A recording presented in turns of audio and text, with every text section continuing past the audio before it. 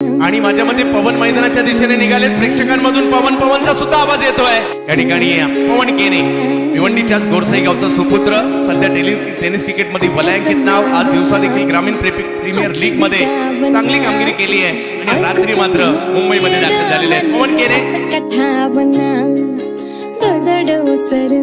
यावेळेला बिगी बॉलची हवाई यात्रा एवन पवनचा ब्रँडेड फटका पाहायला मिळतोय।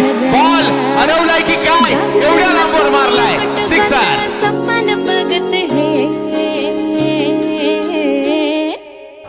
आणखीन एक यावेळेला देखील बॉलची हवाई यात्रा आणि बॉलची हवाई सफर डॉक्टर उडवलाय पवन केने यांनी।